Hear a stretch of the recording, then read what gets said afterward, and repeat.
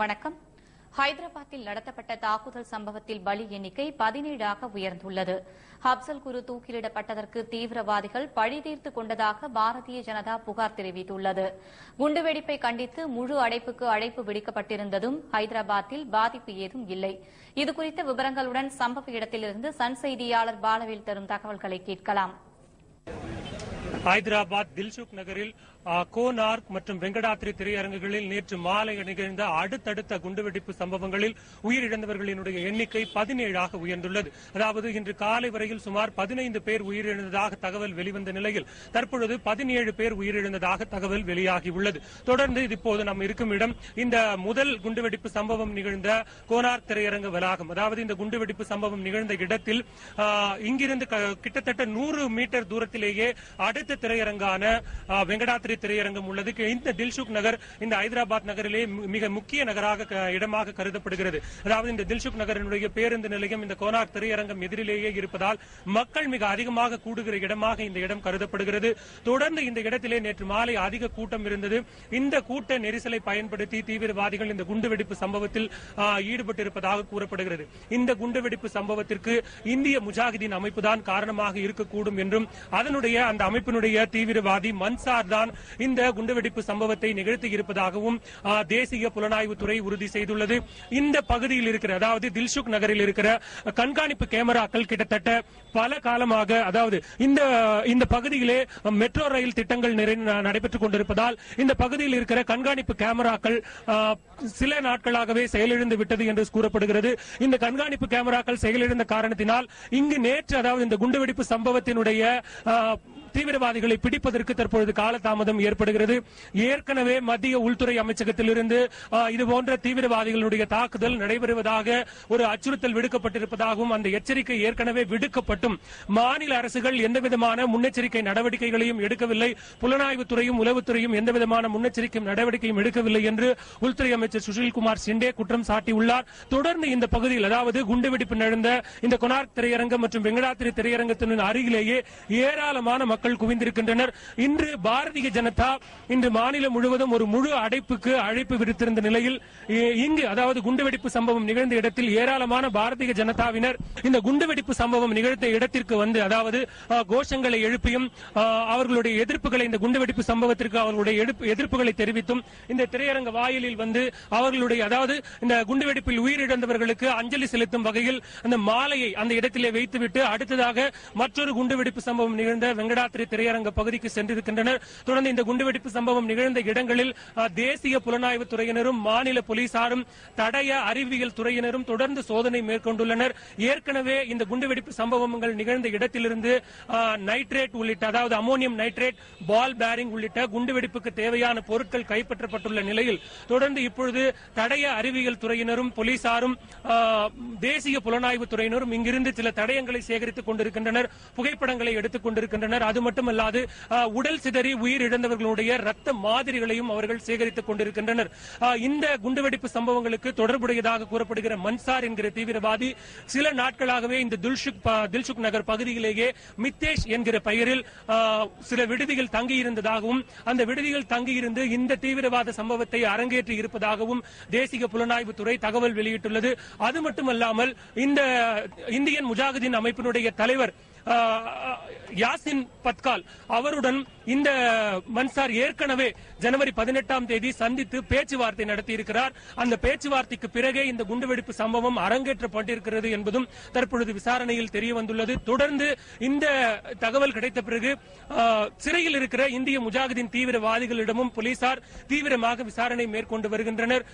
இன்று காலை 8 மணிக்கு அதாவது இன்று நாடாளுமன்ற நடவடிக்கைகள் இருப்பதால் இன்று காலை 8 மணிக்கு இந்த வெடிகுண்டு சம்பவங்கள் நிகழ்ந்த இடத்திற்கு உள்துறை அமைச்சர் சுஷில்குமார் ஷிண்டே நேரில் வந்து பார்வையிட்டார். அது மட்டுமல்லாமல் இங்கு உஸ்மானியா மற்றும் ஆம்னி யசோதா மருத்துவமனையிலேயே சிகிச்சை பெற்றுக் கொண்டிருக்கிற அனைவரையும் அவர் வந்து நேரில் பார்வையிட்டார். பின்னர் செய்தியாளர்களிடம் பேசிய சுஷில்குமார் ஷிண்டே இந்த தீவிரவாத சம்பவம் ஏற்கனவே நடைபெறும் என்று நாங்கள் அச்சுறுத்தல் விடுத்திருந்தும் மாநில அரசுகள் எந்தவித நடவடிக்கையும் எடுக்கவில்லை என்று குற்றம் சாட்டியிருக்கிறார். The total death are 14.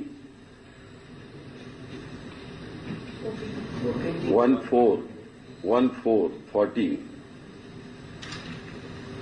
and total injured is 119. Out of this, 6 are critical, and the state government has already appointed the investigation team, and the matter is being investigated now. Since Parliament is on today, this much only information that I am going to give it to you. ஏற்கனவே இந்த குண்டுவெடிப்பு சம்பவங்கள், அதாவது ஹைதராபாத்தில் 2002 ஒரு குண்டுவெடிப்பு சம்பவம், அதற்கு அடுத்ததாக 2007 2 குண்டுவெடிப்பு சம்பவங்களும் நடைபெற்றதாக கூறப்படுகிறது. இந்த 2 குண்டுவெடிப்பு சம்பவங்களுக்கும் இந்தியன் முஜாஹிதீன் அமைப்பு தான் காரணமாக இருந்ததாகவும், அது மட்டுமல்லாமல் கடந்த ஆண்டு மகாராஷ்டிர மாநிலம் பூனேவில் நடைபெற்ற ஒரு குண்டுவெடிப்பு சம்பவத்தில் இந்தியன் முஜாஹிதீன் அமைப்பினுடைய தீவிரவாதிகள் கைது செய்யப்பட்டு சிறையில் அடைக்கப்பட்டுள்ளனர். இந்த வழக்கு தொடர்பான குற்றப்பத்திரிகையை நேற்று மாலை நீதிமன்றத்தில் போலீசார் தாக்கல் செய்துள்ளனர்.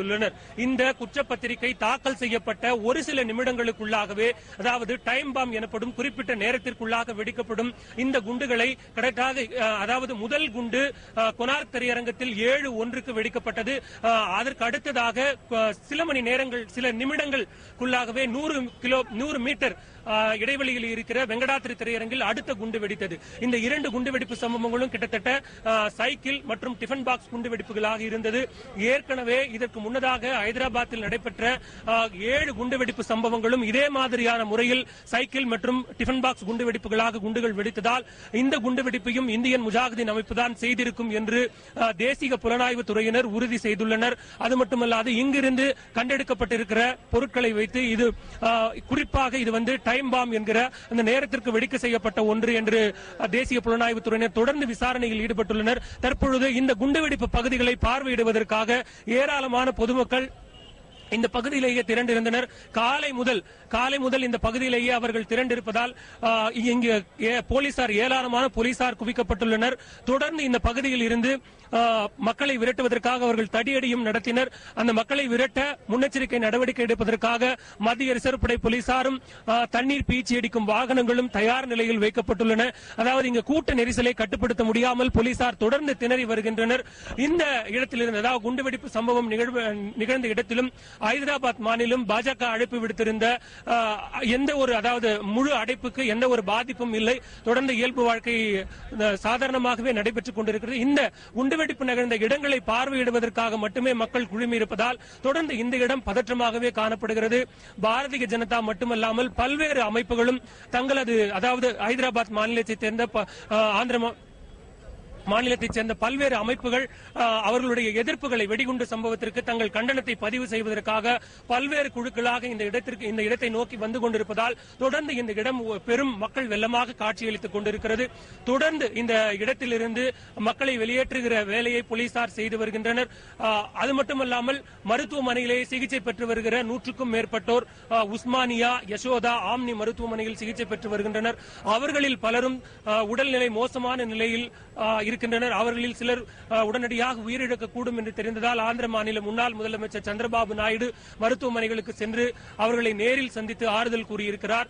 அதாவது இங்கு இந்த சம்பவ இடங்களை பார்வையிட்ட பின்னர் இந்த மாநில அரசு செயலிழந்த தன்மையையே காட்டுகிறது. இந்த குண்டுவெடிப்பு சம்பவத்திற்கு காரணம் மத்திய அரசு எச்சரிக்கை விடுத்த பிறகும் மாநில அரசு நடவடிக்கை எடுக்காதது அவர்களுடைய செயலிழந்த தன்மையையே காட்டுகிறது என்று குற்றம் சாட்டியுள்ளார்.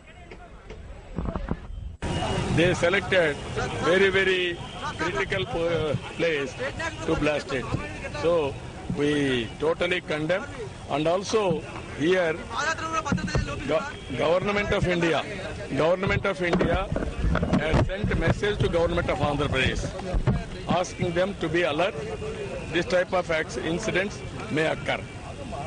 2 days before they informed, but today they are saying, yesterday they are saying, today they are saying, they are treating that as routine message.